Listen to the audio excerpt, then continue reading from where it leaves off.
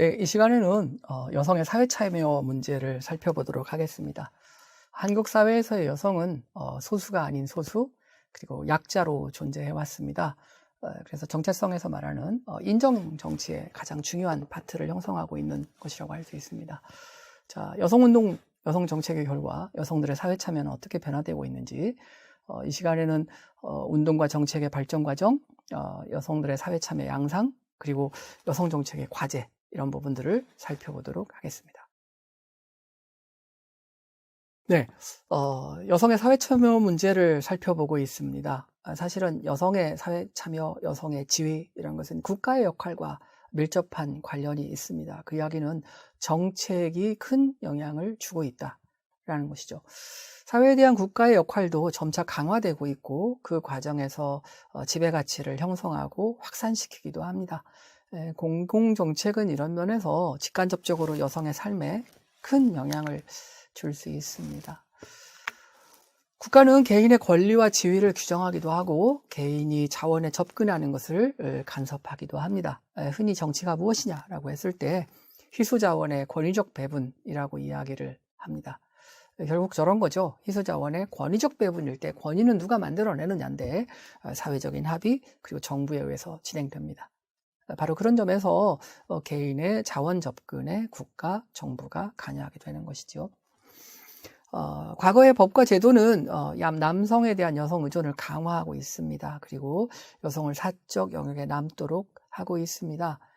이거는 역사적으로 그렇다 안 그렇다의 문제가 아니고 실질적으로 나타난 현상들을 보면 이제 그런 결론에 도달할 수 있습니다.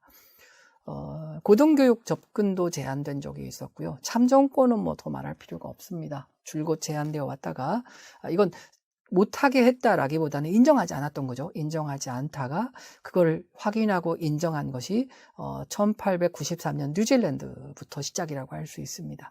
그리고 오스트레일리아가 1902년, 노르웨이 1913년, 덴마크 1915년, 미국 1920년, 영국 1928년, 한국 1948년입니다.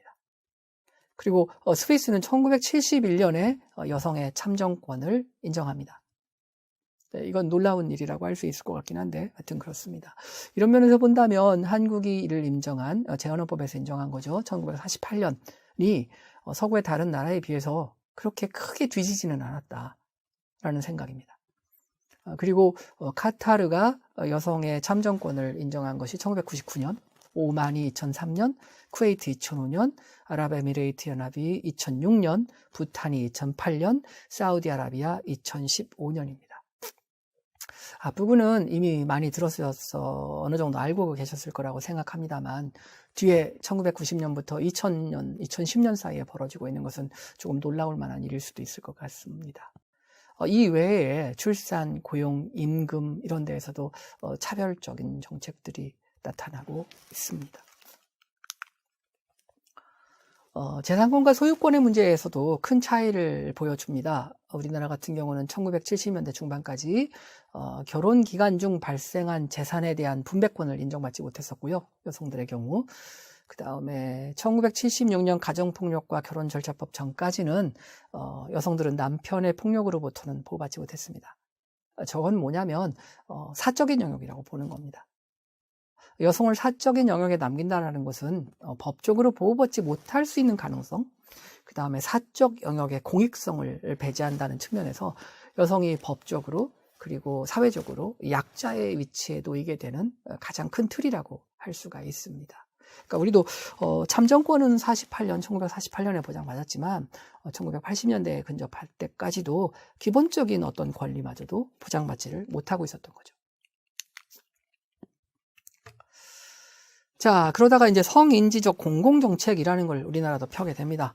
이 정책은 무엇이냐라고 보았을 때 국가가 정책을 통해서 양성평등에 영향을 줄 수 있다. 여성의 지위에 영향을 줄 수 있다는 것을 보여주는 사례라고 할 수 있습니다. 정치, 경제, 사회, 문화 모든 영역에서 성차별 해소, 남녀평등 실현이라는 목표를 위해서 국가가 추진하는 포괄적인 정책이라고 할 수 있습니다. 성, 결혼, 출산, 양육, 교육, 고용, 임금 이런 여성 삶 전반에 대해서 불평등이 해소될수록 공공정책을 수립하는 것이다. 이렇게 이렇게 말해되고 있습니다. 이렇게 정의되고 있습니다. 현실적으로는 남성 주도적인 정치 영역에서 산출된 공공정책이 어머니, 가정주부라고 하는 여성의 정통적인 역할을 강화하는 쪽으로 발전을 해왔고요.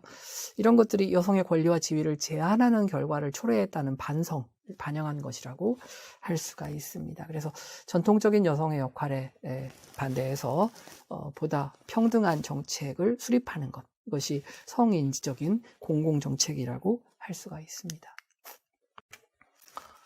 자, 그러면 국가는 어떻게 불평등을 초래할 수 있는가를 한번 살펴보도록 하겠습니다. 방금 말한 대로 국가는 개인의 권리와 지위를 규정하고 권리가 개인이 자원에 접근하는 것에 영향을 줄 수 있습니다. 오랜 기간 법과 제도는 남성에 대한 여성의 의존을 강화해왔다라고 말할 수 있고요.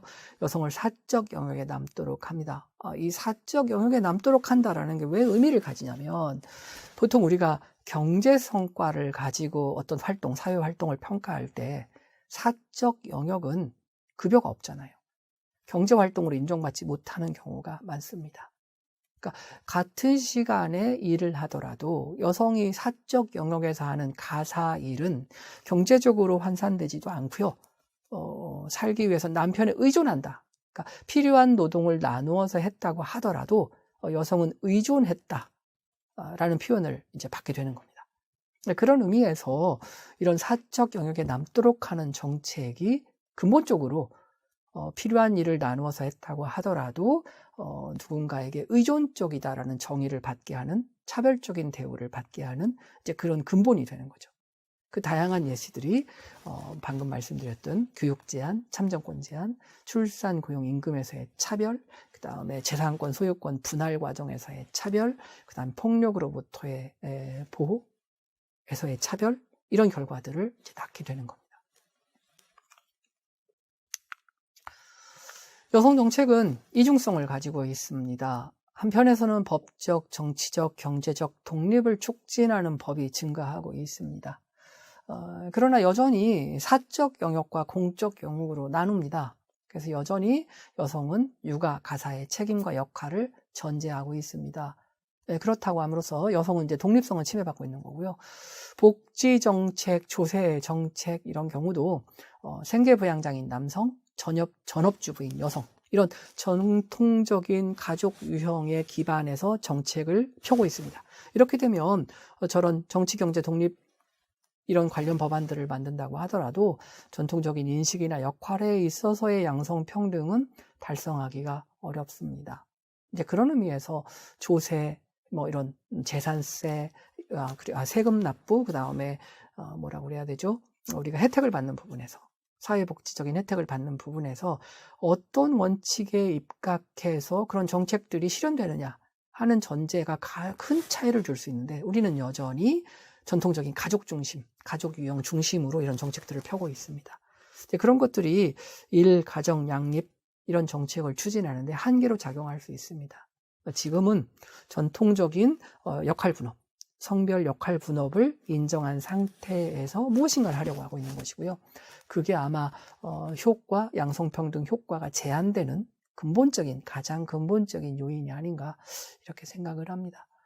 결국 이런 것들은 기존에 만들어졌던 차별적인 관행은 수정하지 않은 채 다른 정책을 통해서 지원하려고 하는 부분적인 수정을 하려는 노력이다 라고 볼 수 있고요. 앞으로도 더 많은 노력이 필요한 부분이 아닌가 생각을 합니다. 여전히 가정에서는 재산 상속, 이혼, 친권 행사 등에서 차별적인 양상들이 보여지고 있고요. 공적 영역에서도 차별이 나타나고 있습니다. 그럼에도 불구하고 우리는 공적 영역에서의 차별 문제에 보다 집중하고 있는 그런 양상들이 보입니다.